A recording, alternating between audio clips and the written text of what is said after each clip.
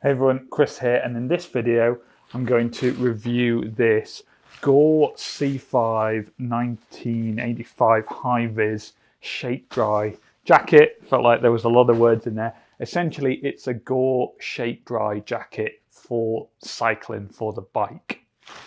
And shake-dry is really just the best fabric out there you can get. If you want to stay completely dry, if you want the most breathable thing, then you've got to go with shake dry. And it's really annoying because it's eye-wateringly expensive, but we'll get into why it's so good. So it's a packable jacket, so it packs down really small, and it's 100% waterproof. So they tend to talk about these jackets of being like you've got two layers that tend to be packable, but they're not. They're like water resistant and they will wet out. Or you've got like 2.5 and 3 layer jackets that are bigger, but they're 100% waterproof. Well, this is a 2-layer jacket that is 100% waterproof, which what makes it so good. And if I can work the zip, which isn't looking good because I've kind of zipped in to 2. No, this is going badly.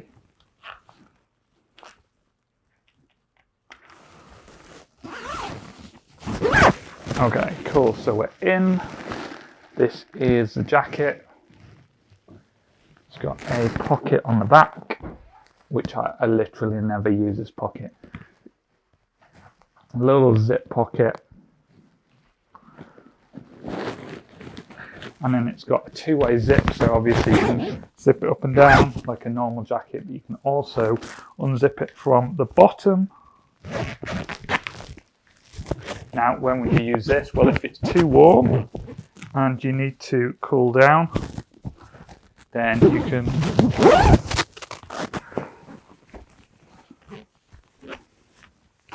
zip has not attached correctly.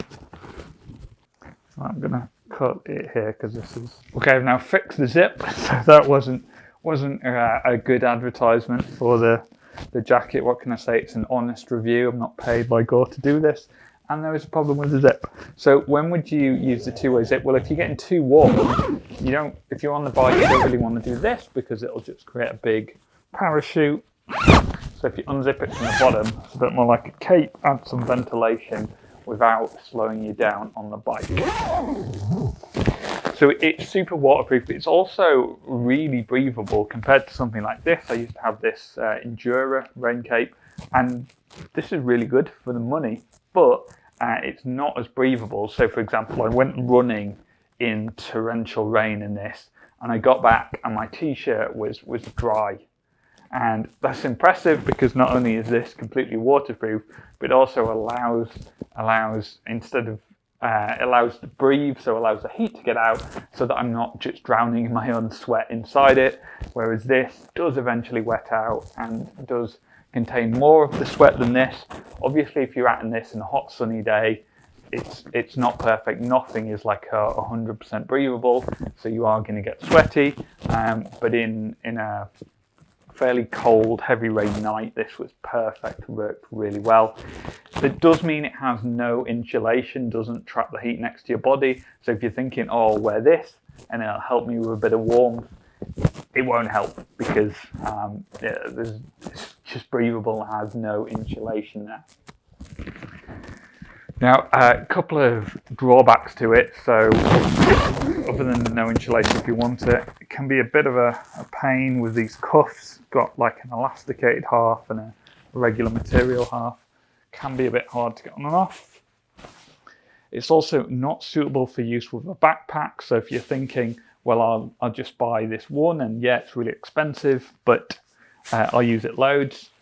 I haven't really found there's no use for it off the bike. It's not good for trails because it's got no hood, which you don't need when you're cycling, but you do kind of want on a trail.